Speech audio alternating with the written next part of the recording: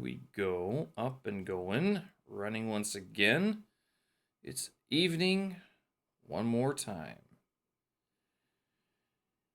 Couldn't go to Tiananmen because you have to book an appointment to go to a concrete slab.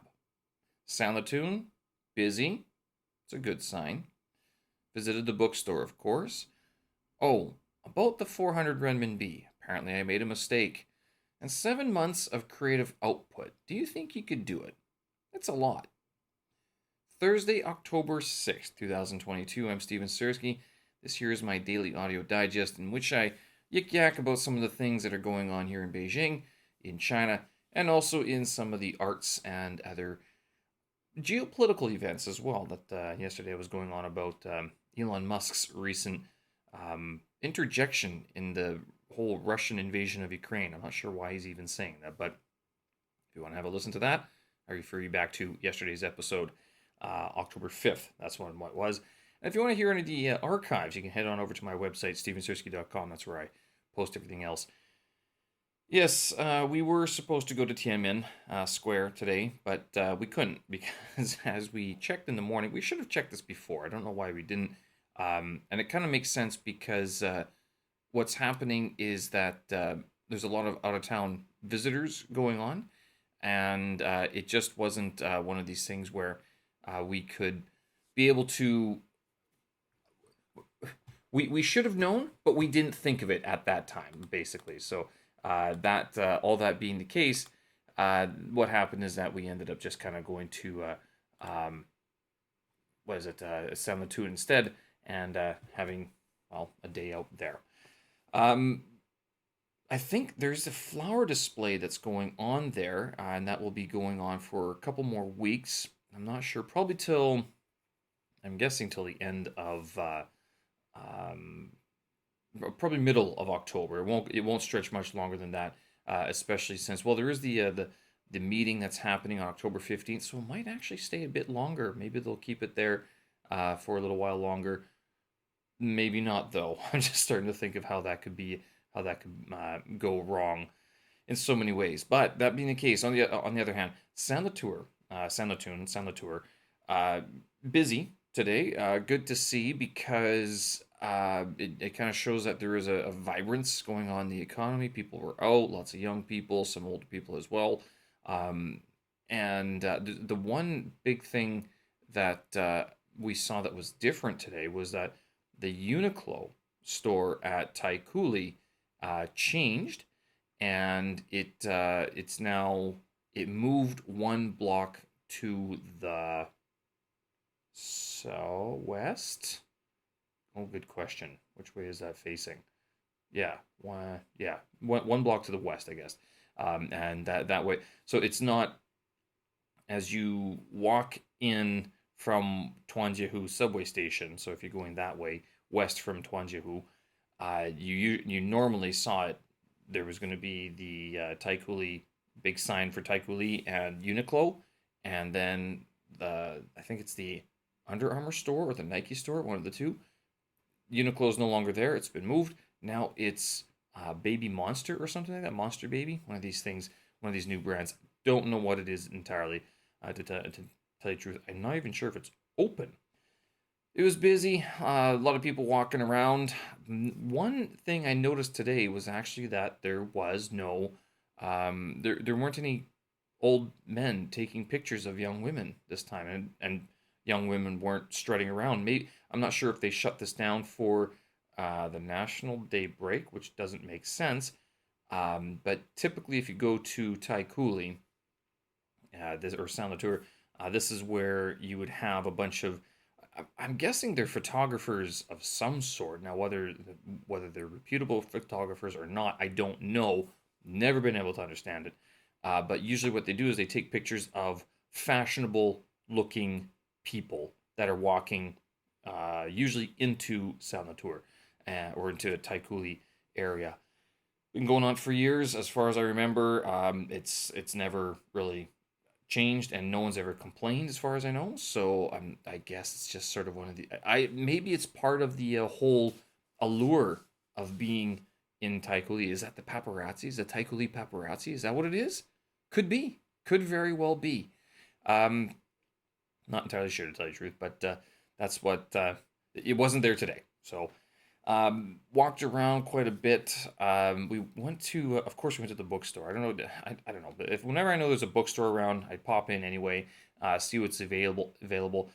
Try to convince myself to buy a book, and then usually, not just because of the cost, but because of my time, I get the better of myself and go, no, you're not buying any books today because if you do, it's you're not going to read it for a long time anyway. And I'm a bit of a slow reader. As a result, it's one of these things where I know that if I don't read the book right away, it won't be read at all. And I'm still looking at these other books that I bought months ago, haven't finished them.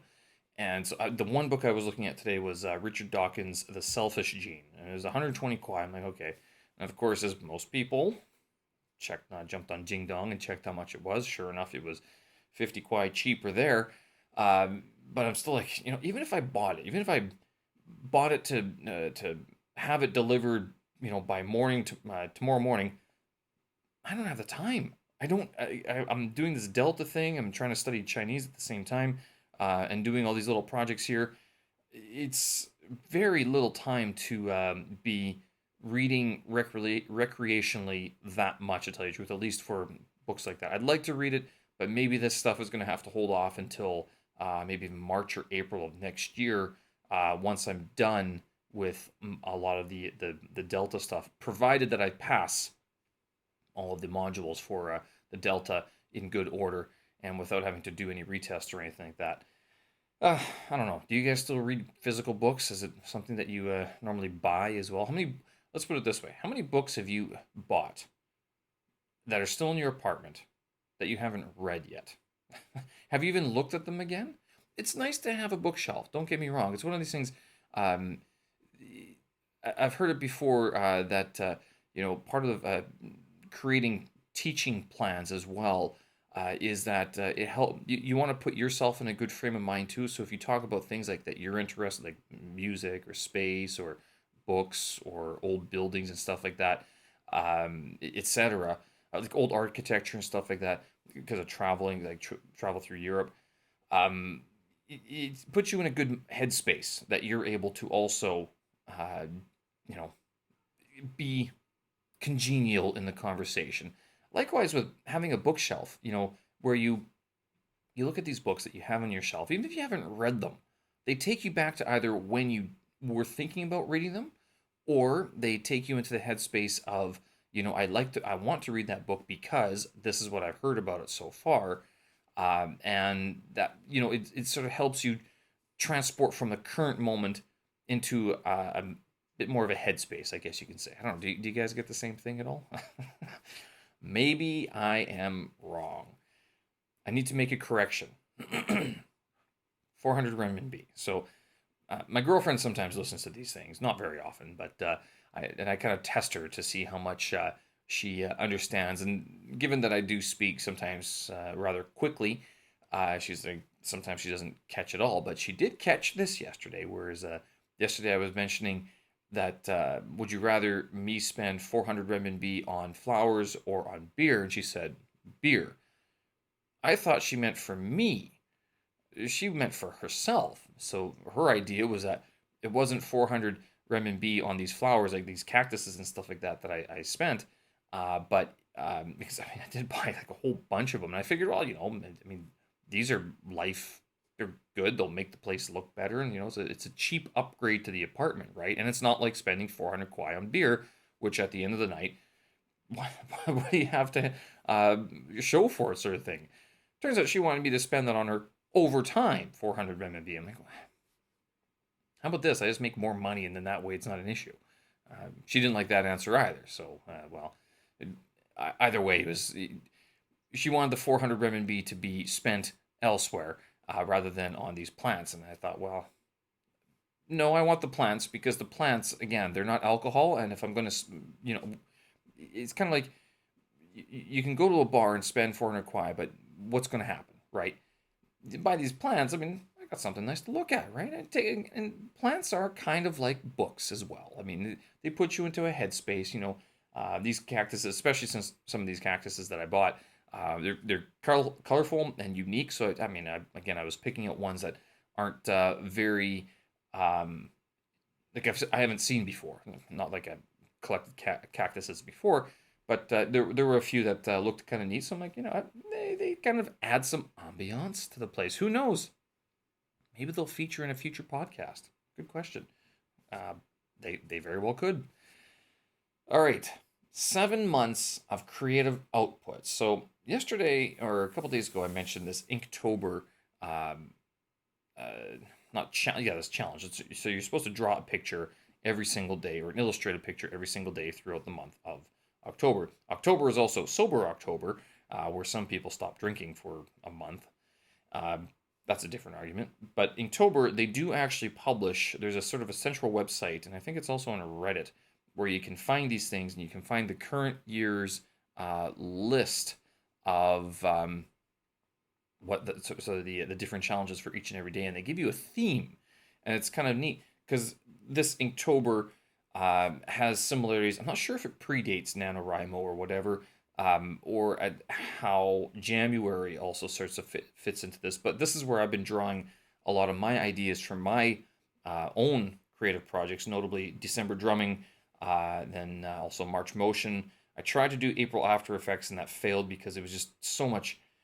It was just terrible to try to get that program to work. And then May You Make Your Movie, which is sort of my film or video challenge throughout the month of May. The idea again is to create something every single day, to force yourself to create something, to produce something, going with the idea that out of all of the things that you do, 70% is going to be garbage, 20% is going to be okay, and then 10% is going to be actually good and like viewable, listenable, watchable, readable, blah blah blah. You name it. Whether or not, but the idea is that you have to be consistent and you have to publish. NaNoWriMo is coming up in November. That's the one that I kind of want to take part in because one of the things that I came across a blog post by a guy named James Altechur, and I'm sure I've mentioned this guy's name before. He's the guy who came up with the idea of writing down 10 ideas a day to exercise the brain muscle, and I still do that every now and then. I did it, I think it was last month. I was actually, I had a few 10 idea a days. Same with an August as well. And usually I'll just publish them and see where they go. I mean, I don't really take them, I don't do much with them other than just try to think of some of the things that put into writing what I've been thinking, sort of thing. And the idea being with the 10 ideas, just to digress a little bit, is that getting up to 6 ideas is very easy. 7 gets difficult. 8, 9, and 10, that's where you're starting to struggle to create something new every single day. And then doing that several days in a row, doing that for 6 months in a row, sounds easy. Oh, it's just ideas. Go ahead, try it. Which again goes back to these challenges, these month-long challenges that pop up. So I have, let's see, I have 1, 2, 3, 4, 5, 6, 7, 8 challenges that I have written down here. Inktober, NaNoWriMo, so Inktober in October, NaNoWriMo in November, December drumming for December, Jamuary, which takes place in January, February, I have an idea, it was like maybe filming February or finish February is like usually when you finish all your creative projects that you started. March, motion, April, After Effects, and May You Make Your Movie throughout the month of May. So that's 8 months of every day producing something. Sounds like quite a bit, I'm not going to lie. And this year, and even last year, I know I was falling behind. I wonder, like, since I don't take part in Inktober, whether I could do NaNoWriMo and all the other ones I just mentioned. Is it possible to do 7 months of producing content every single day, every day, and publishing it? Now, if I got rid of the publishing, it might be a lot easier, to tell you the truth. A lot of people do like to publish it because it does help in sort of keeping you going and stuff like that. But I've noticed that especially sometimes around here in Beijing and in China, the internet can be finicky. and as a result, it gets aggravating. So it's easier to just go ahead and make this whatever it is, and then post it later on, and then that way it's done. But then you can deal with uploading and all the tech stuff later on. So NaNoWriMo, if I go ahead with this is the one idea that I came up with, is that James Altechur has this thing, how to write a book in 30 days. And the idea being that he has, let's see, what is it? 5 steps. So step 1, pick a topic. Any topic that you're interested in. It can be something that you care about, expert in, or would like to learn more about, right? So he even talks about podcasting, comedy, entrepreneurship, writing, habits, travel, right? The next, he says, pick an ancient text. And if you've seen these books before, you've seen them all, you know where I'm going with this, you know where he's going with it, but have you ever thought about doing it yourself? Excuse me. So pick an ancient text, one that millions of people have read, or something like that. The Tao Te Ching, the Art of War, the Yoga Sutras, the Bhagavad Gita, maybe in the Bible. Yes, I did cough because that was an actual cough. The Analogies of Confucius, Quran, etc. Like all these different classic books. It can be Book of Five Rings, Journey to the West, maybe. Outlands of the Marsh, Outlands of the, I don't know, Chaoyang District, Outlaws of the Chaoyang Park. Pick a neighborhood, pick a hutong in Beijing and write a fiction novel about that. That's different. This is not fiction. This is, well, I guess it could be fiction as well. Okay, so step 2, pick an ancient text. Step 3, find analogies between your topic and your ancient text. And so he talks about take a look at chapter 6 of The Art of War, weak points and strong points. And he goes on about Richard Branson taking his Virgin Atlantic and competing against British Airways.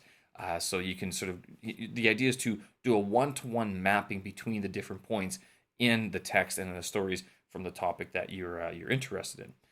Number 4, make it easy. Write one small chapter a day, maybe even a tiny chapter. I mean, how many books have you opened up and saw that, one chapter is 1 page or something like that? And you're going, I'm not paying for that. Come on.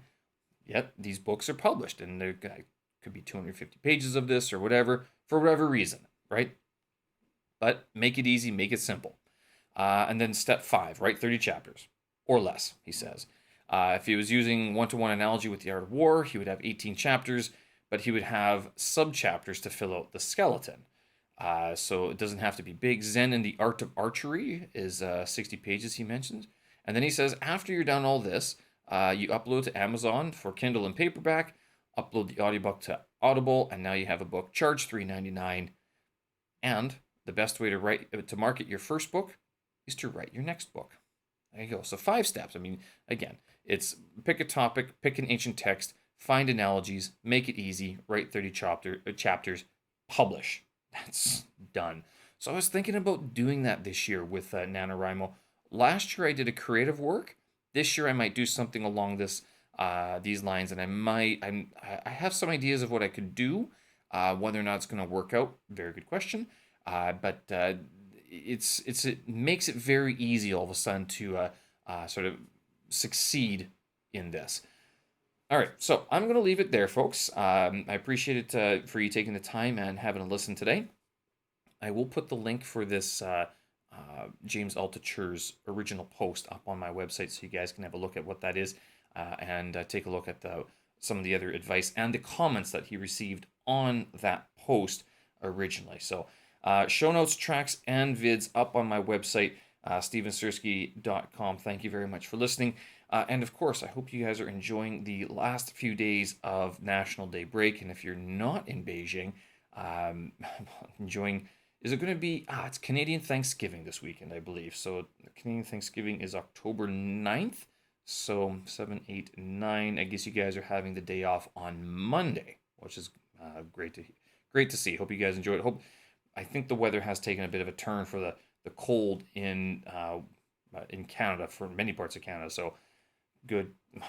Stay warm, I guess, right? All right, folks. Thanks again. Show notes, tracks, and vids up on my website, stevensersky.com, and of course, on all of the major streaming platforms, Spotify, Apple, Google, and elsewhere. Thanks for listening. We'll talk again. Bye-bye.